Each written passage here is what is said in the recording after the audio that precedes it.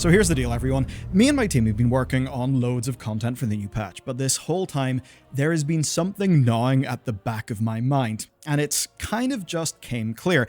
And the basic thing is, World of Warcraft right now has got a bit of a slop problem. And I think that means there's a lot of apathy going on in the player base. And this is something I at least think that I have noticed looking around the internet, looking at our comments, and just seeing a general downtrend on just about all of the World of Warcraft channels, assuming it's not OnlyFans or something. So, WoW is a bit of a slop problem. Point basically is it doesn't really matter what the color of slop is, if it still tastes like slop, it's slop. And if you're a game developer, slop must be like the #1 most annoying word to hear. It's one of those words, a bit like clunky, where you're just like, what does slop mean? Well, that's actually the thing. I think I've basically worked out what slop means as it pertains to video games and World of Warcraft. And when doing that, I just noticed how, while The War Within had, for me anyway, a really strong launch where so many things were working, what followed up afterwards just violated all of the don't become slop rules, and really did so in a way that has trained the player base to have apathy, to not actually expect the new patches and new content will feel different. Obviously, if you're Blizzard, that's a problem. I mean, compared to the past, it's kind of crazy. We've actually had a lot of patches, technically a lot of content. The question then is, well, why has it not stuck? My core contention is, it's not really stuck because that content has registered to people as slop. And what we're going to do right now is work it out. So here's a chart. This chart is key to enjoying your time on planet Earth. That, of course, includes video games, often World of Warcraft, but it's WoW's recent content that has violated this chart. Just think about doing the Siren Isle, clocking in for your weekly theater troupe, or awakening the machine. If that doesn't spark joy, this chart is probably why. And the overall topic I'm talking about here is flow. Flow is a state of mind coined by a psychologist called Mihai Csikszentmihalyi in 1975. And look, you have felt flow before. That's because you're human, and basically, flow is the best state to be in. And there's 6 big pillars of it, right? Intense concentration in the moment, emerging of action and awareness, loss of reflective self-consciousness, a sense of personal agency over the situation, an altered perception of time, and a strong sense of intrinsic motivation. So basically, you know when you get in the zone, you lose track of time, and it's just amazing. Whether it's a game, whether it's work, that's what flow is. And there are times where WoW nails that, say, instanced content, but rarely in world content. That is, of course, unless you're playing Classic, because it's entirely different. Now let's make this specific. Here is a chart. You can see that skill is on the x-axis and challenge is on the y-axis. And how we combine these things leads to different kind of feelings. Now I love raid progression, right? My skill and the skill of my team lines up with the challenge, and I just get into a state of flow. That's why I keep coming back to raiding. I have for all of these years. Do you say, like, hate Mythic Plus? And maybe you wonder sometimes why other people enjoy Mythic Plus. Well, just take a look at the chart, right? You can see that one half is broadly good stuff. Arousal, flow, control, relaxation. But the other half is bad stuff. Anxiety, worry, apathy, boredom. So if Mythic Plus for you is anxiety and worry, for someone else, it might be flow and control, and it feels awesome. My personal example is real simple. It's a raid end boss. At the very start, there's some mild anxiety. You don't want to mess up and, screw up in front of the team. But then that gives way to arousal, so, your brain is really locked in and engaged, but you still feel a little bit anxious. And then that turns into flow. And then you get the kill, and it feels awesome. And this is exactly what WoW's modern content does not do. We're going to start with the Siren Isle. So think about what you're doing on the Isle, right? There is 0 challenge, there is 0 skill. There's also very low novelty. Of course, novelty can kind of like throw up the challenge and skill thing, because if it's something new, well, you'll have some learning to do. So novelty's broadly a good thing. You don't find any of that in the Siren Isle. And you might hear that and think, okay, Michael, but it's a Siren Isle. It's world content. It's not meant for raiders and Mythic Plusers. Absolutely. But there's more than just combat in a video game. Puzzles, traversal, logic, literally every other tool in the game design box. None of them are really used on the Siren Isle, and that does just lead to it feeling like more of the same. Feeling like slop. It is low challenge, it is low skill, it is low novelty, people get bored, and I think especially what we see is apathy. But what about the Storm variant? Because there's harder mobs, and as you go from week to week, you unlock cool mechs and weapons and things that you can use to do better in the Storm variant. But it's basically really easy. right? Like, it's not challenging at all. It's rarely different. I think it's a fantastic idea, and I loved, well, the notion of Blizzard trying to do that, but it doesn't feel different really to any other world content in World of Warcraft. As you go through everything in the Siren Isle and you think about the flow chart, it's almost always apathy and boredom, and that is really not a good thing. Now, there is something that Blizzard counts on to get around this fact with rewards, but we're actually going to see that they're falling into the same problem there. Now, you may think, well, hang on, there's examples of really good world content that people seem to like. I mean, the people who play Classic Hardcore, Season of Discovery, or regular Classic. Well, think about what the game is like for them. Yeah, it's slower paced, right? But in Classic Hardcore, there's a hell of a death penalty. That adds stakes to every single little thing. So think about what the implication there is for skill and challenge. Another example is the Iron Man challenge that people used to run back in the day. Well, of course that makes leveling up a character a more exciting, fun, engaging thing to do, because it modifies on that flow chart where your present experience will be, to the point where you just enjoy doing it more. And the thing that I believe will be a real bitter and painful pill to swallow, especially for people who are working on the game, because look, I don't necessarily blame them for this at all. I think it's a result of production. They have to crank these patches out pretty damn fast. That's why Siren Isle ends up being like Siren Isle. Now, when you go through the details of the Siren Isle, as you saw in our video that said, hey, this world building's really good. The individual people are trying, but they're trying within the bounds of their agency, which is clearly not that much. And that leads to content that just feels like more of the same. And because it feels like more of the same in the broad strokes, the differentiating details barely matter. Now, the phrase, the devil is in the detail, I think that actually stemmed from an earlier phrase that God is in the detail, and you can sort of understand the point of that. For the people who are working in this game, working in these zones, they're trying to put lots of love into all of those little details. I think the thing that's unfortunate is, because of the big picture problem with flow and slop, those details end up being lost. And that really is an issue with somewhere like the Siren Isle, where the world building, the story, the lore implications, well, those were actually all pretty damn great, and it was a well put together place. Now, another problem it faced was, it was following up from 1105. 1105 was an anti-flow state patch, by which I basically mean the content that was new was basically all slop. I mean, the best example is the Codex of Chromie. It had zero challenge. I mean, think about the chart. Zero skill, zero challenge.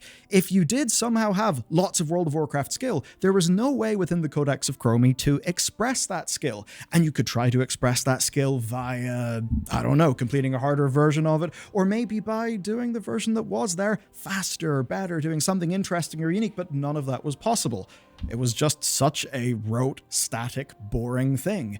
You had so little agency. The other problem then is its rewards were entirely predictable. Same goes for all of the bronze anniversary currency stuff. It was, at the start, it was all from doing really boring, really rote stuff that, again, per the chart of flow, is not going to lead to a relaxing, control, arousal or flow state in a player. Now, the one thing that was really good was the raid, but the way that the raid was introduced, where it had loads of tuning issues and problems, that didn't really work, did it? Now, Blizzard thought they could get around this problem. Rewards. It's World of Warcraft, right? I mean, surely that's what people are playing the game for, like virtual collecting things. And yeah, to a degree, some of this is always going to happen because an MMO kind of can't be flow all of the time. If World of Warcraft felt like a 10-hour-long match of StarCraft 2 or something that was really, flow state heavy, God, you'd be really stressed. You'd have a heart attack and you'd croak. So yeah, I'm not expecting WoW to be perfect flow like you're playing Doom Eternal and you really jive with it or something. No, I'm not advocating for that. It's a problem that's been building for a while, and the anniversary patch really did make it clear. The draw there was the shiny new rewards. The way that you earned those rewards basically was a total misfire near the start of the patch. That really did seem to kind of backfire in people. And when you look at all of that flame-blessed iron grinding that you can do, it still does feel like a little bit time-gated because of how you get so much of it up front. The way that the grind works is very limiting in your skill expression and your agency, and that just means that boredom is the result, which is basically what it's been with most collection content these days. And I think there's an issue there. World of Warcraft treats world content as stuff for collectors, boxes to tick, as if you just, I don't know, add more things to collect in a game and your people will all just go and do them, no matter what, no matter how. That's how it feels. And this is where we have to talk about rewards and agency. There's a thing that's called the over-justification effect, and the point basically is that if you are doing something for some sort of external reward, eventually, right, you're kind of no longer doing it for yourself. And we see this so much in video games, especially modern ones. Not to be all back in the day, but nowadays, most games monetize via cosmetics. They monetize via rewards. And I think what's actually happening to a lot of people is they end up playing to fill out the battle pass and, doing all of that stuff, but fill out the battle pass and then they're kind of like the end of the Make Love Not Warcraft South Park episode. They're like, we've completed the thing. What do we do now? And it's just kind of like, we weren't really playing this because we were playing the game. We were playing this to fill up the battle pass or, do whatever. And in the case of World of Warcraft, that's a major issue with almost all world content. So here's another chart. On the y-axis, we have got reward. On the x-axis, we have got agency. And my point here basically is we don't want things to be boring chores.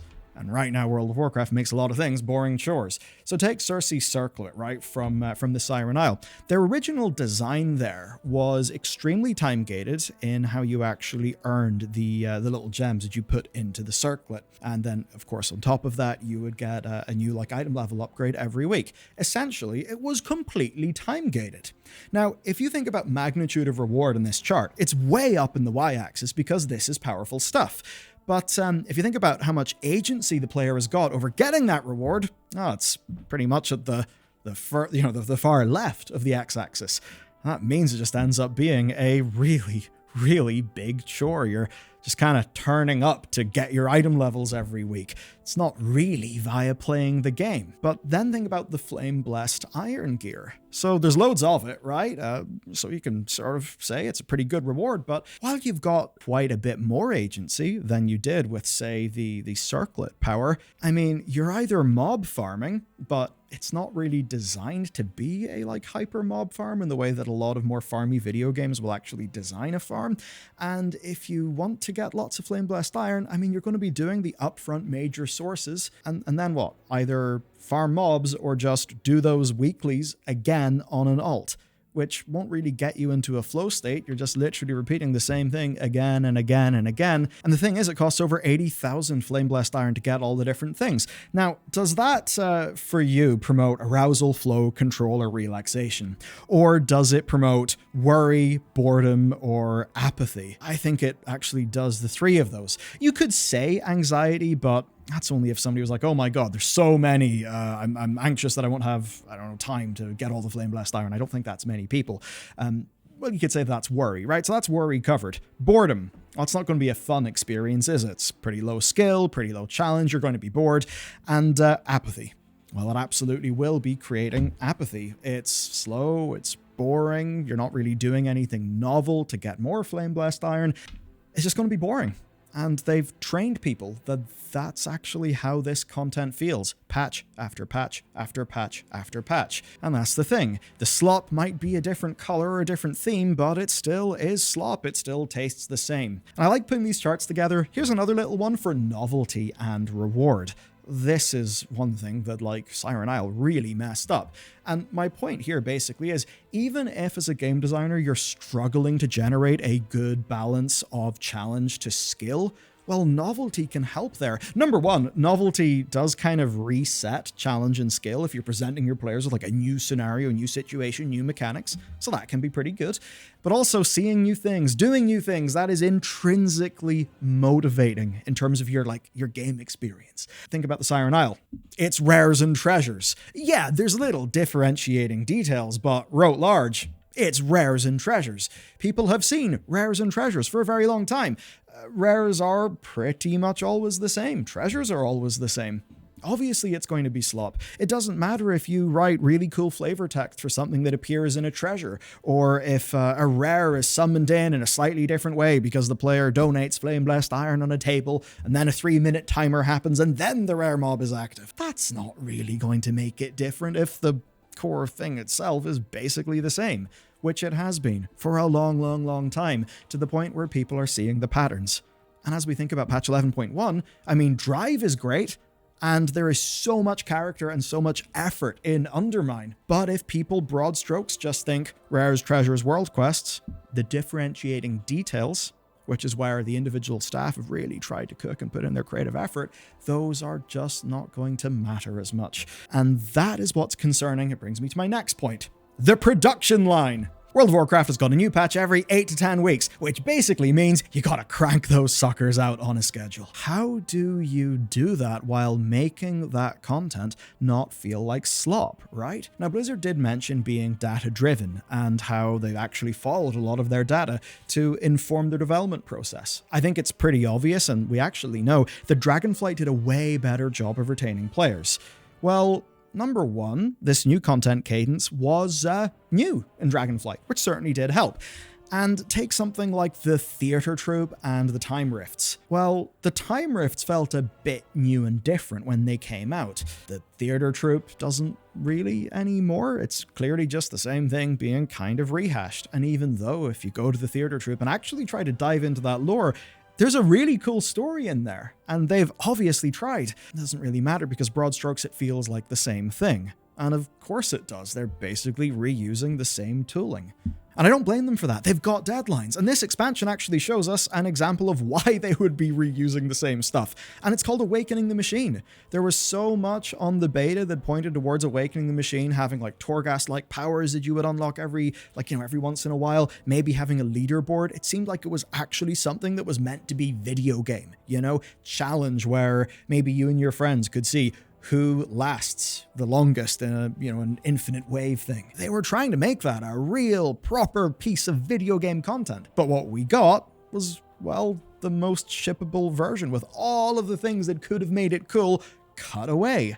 So in a world where if they try, there's every chance they'll get Awakening the Machine, of course we're going to be getting more stuff that is just kind of rehashing. And that's extremely risky because this video game is played by humans. Yes, you're one, I'm one, well, here's the thing. We're really good at pattern recognition. Actually, we're so good at pattern recognition that that being like way over-indexed is a part of so many mental sort of disorders and and so on and so forth. But it does make sense. The humans back in the old days who were really good at seeing patterns were probably the ones that didn't take stupid risks and get killed, But because we're good at seeing patterns, well, it's pretty easy to just make a quick judgment. I mean, there'll be people who will think that the Zaralek Cavern patch was just another sort of weird cave place, and they'll look at Undermine and think, the same thing. All the people who saw Siren Isle and thought, it's Forbidden Reach all over again. A 0.0.7 patch island. Why would I come back for that? That's going to be boring. It's going to be more of the same. And that's kind of the thing. In Dragonflight, the brisk content was obviously good for their retention, good for their metrics, but there's a real danger when you are being data-driven. You've got to understand the difference between a leading indicator and a lagging indicator. Your player numbers are a lagging indicator of the quality of your content and other things as well. The point basically is those things could have got you great numbers, but if you just try to crank out more and more and more of the same, it's gonna stop working as well. Your brisk content cadence can cut both ways. Now what it's doing is giving us a bad signal to noise ratio, and that basically in this context can mean things I should be excited about versus more of the same, I'm bored, I have apathy, I don't care. And I'm sensing so much of the latter in the WoW community right now. But is there a way out? Is there something different they could do? I would say yes, absolutely, but they'll need to change a little bit of the perspective on things. So take the Siren Isle. Could it be different? Could it be less stuff, generic stuff, slop, but maybe more focus, more gameplay identity? You can take different parts of it. Take the very cool tombs. Could we cook up something based in past ideas like the Codex of Chromie, the Scara Vaults, maybe a bit of Tomb Raider inspiration, and do something there that's actually designed to be its own little gameplay thing so that it doesn't just feel like another excuse to collect a currency and kill rares and hunt treasures, which is what the Isle ended up feeling like. What if the Isle was an ever-present war between the Naga and the Vrykul and all of that stuff, and it would move between different stages based on player activity, but you'd have no rares, no treasures. It would just be a persistent battleground. Could that be cool? I don't really know, but do you know what it would be? It would be different. It wouldn't register as, oh, this is more of the same. Take as an example, the Brawlers Guild. I mean, what if, instead of the Siren Isle, we got the Brawlers Guild back as an evergreen feature, or at least something akin to that? Yeah, it wouldn't be a new island, but people's response to this new patch island was, oh, another one like we got the same time last expansion. I would basically say, we need things that are different, that can stand out. More of the same does not work. But the big problem, the worry is, does their patch cadence make this kind of thing impossible? I would argue if these patches are meant to appeal to every single player, yes. But that's the thing, they don't need to. I think the Siren Isle really messed up by trying to appeal to everybody. You would always feel like you needed Cersei Circlet even if you had negative interest in doing the content of the Isle. If you just gave people the Circlet and let them power up the Circlet by doing other bits of content in the game, they'd probably not feel like they had to log in for their weekly chores to power up their ring, and that would mean, well, at least if they were playing, they'd be playing for the right reason. And that's again the problem with them having such a data-driven approach. If people are logging in just to get some item level upgrades, but they're not really having a good time with that, well, that is worrisome. There's a commonly shared phrase in the design world, less but better, comes from Dieter Rams, who's a fairly legendary man in the space of product design. Less but better. Sometimes I've said this and I've had sort of gaming audiences say back to me, no, bad value for money, bad content, no. We need more. We should ask for more. We're customers. Well, less but better means what you get is good, not slop. And I think Siren Isle ended up being slop. A version of Siren Isle that was more tightly scoped, that was meant to appeal to fewer people, actually might be noteworthy enough for it to stand out. Be signal instead of noise. Actually be interesting. Be gameplay to someone. And if WoW was trying to do that every 8 to 10 weeks, of course, with the benefit of its humongous development team and of very disciplined scoping, maybe these patches would stand out. Maybe WoW would feel a little bit more alive.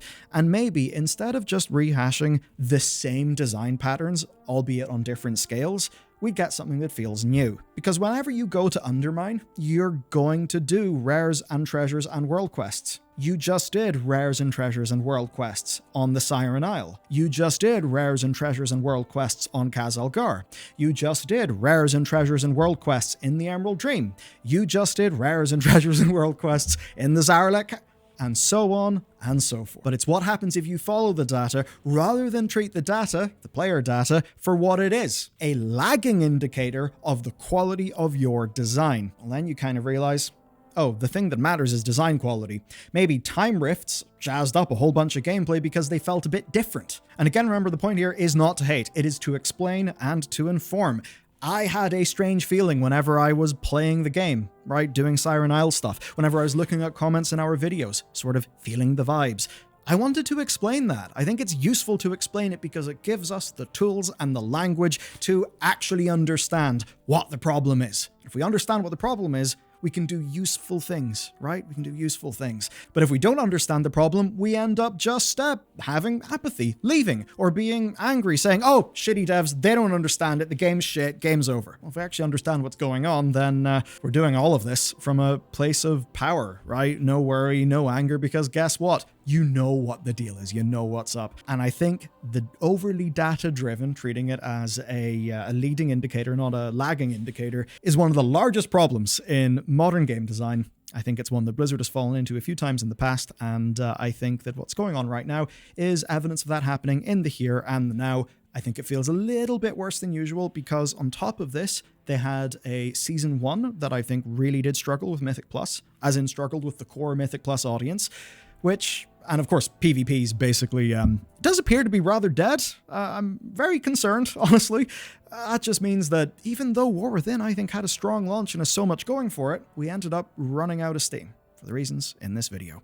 But I will say, I'm looking forward to the delves, right? Because, you know, when you go up to a tier 11, fully kit out your character, I'm really looking forward to the new raid, and the next season of Mythic Plus does seem like it will be a way, way better time.